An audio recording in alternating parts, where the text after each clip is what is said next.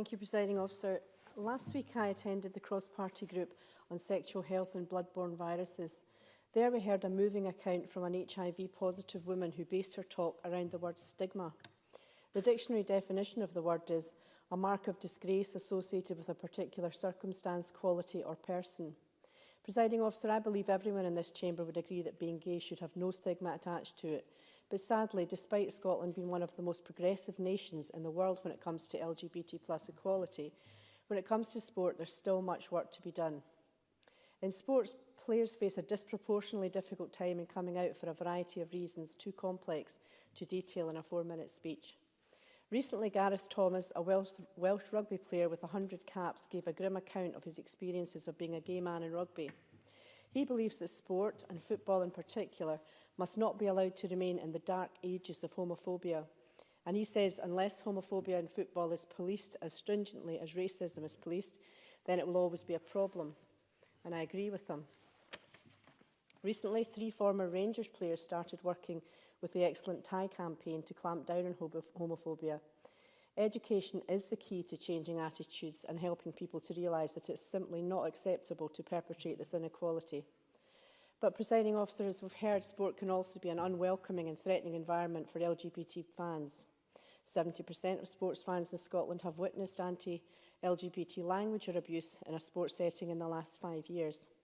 Almost half of LGBT people, 46%, thinks public sporting events aren't a welcoming space, and 1 in 10 who attended a live sporting event in the last year experienced discrimination.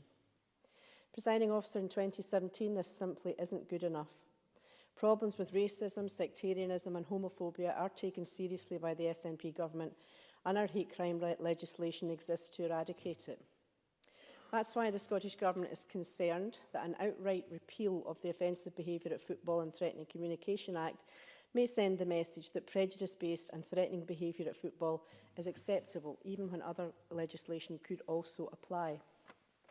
Stonewall Scotland supported the introduction of this bill in 2012, noting the serious impact that homophobic, biphobic and transphobic behaviour in sport has for LGBT people's safety and confidence to participate in sport. Discrimination discourages participation and cultivates lack of inclusion and diversity. Football and the sporting culture must not be left behind while the rest of society sees progress in equality.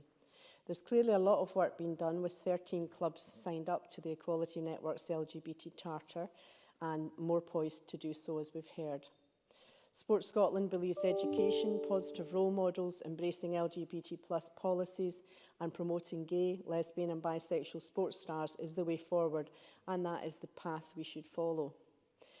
But there's still a lot to be done, and until we need no longer debate this subject in chamber, when it stops becoming a story and when people wonder why someone's sexual orientation is even being raised as an issue, we need to continue to strive for equality. It's time to blow the whistle on homophobia in sport.